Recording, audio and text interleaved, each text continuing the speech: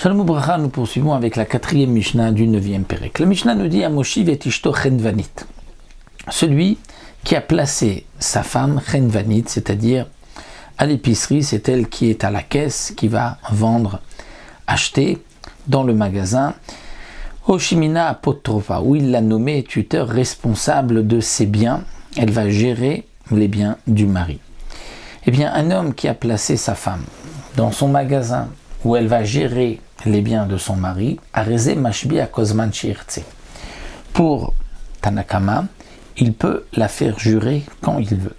C'est-à-dire, il peut venir un beau matin et lui demander « Jure que tu n'as rien pris, que tu n'as rien gardé, que tu n'as pas fait main basse sur la caisse. » Rabbi Eliezer ajoute et dit « Afilou » Rabbi Eliezer Omer « Afilou al pilcha ve al isata » c'est-à-dire que là nous avons une marloquette entre Tanakama et Rabbi Eliezer. Pour Rabbi Eliezer, il peut même la faire jurer que pilcha. Pilcha, c'est-à-dire tout ce que, comme nous l'avons vu, la femme avait l'habitude à l'époque de filer, de préparer des fils de laine, et donc tout ce qu'elle avait besoin comme laine, comme matériel pour pouvoir produire ce fil, le mari peut la faire jurer et lui dire « Jure que tu n'as rien gardé, que tu n'as pas gardé pour revendre, pour te faire de l'argent.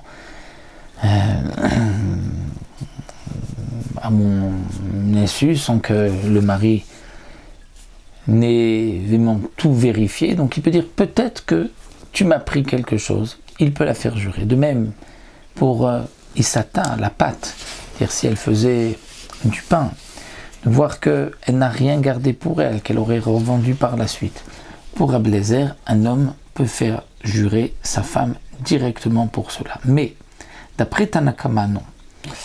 Si sa femme est à la caisse de son magasin, ou si sa femme est gérante de ses biens, là, dans ce cas-là, il peut la faire jurer quand il veut, et au passage, par le fameux Gilgul Shvoa, il va lui dire aussi, et jure-moi que tu n'as rien gardé de la pâte des fils.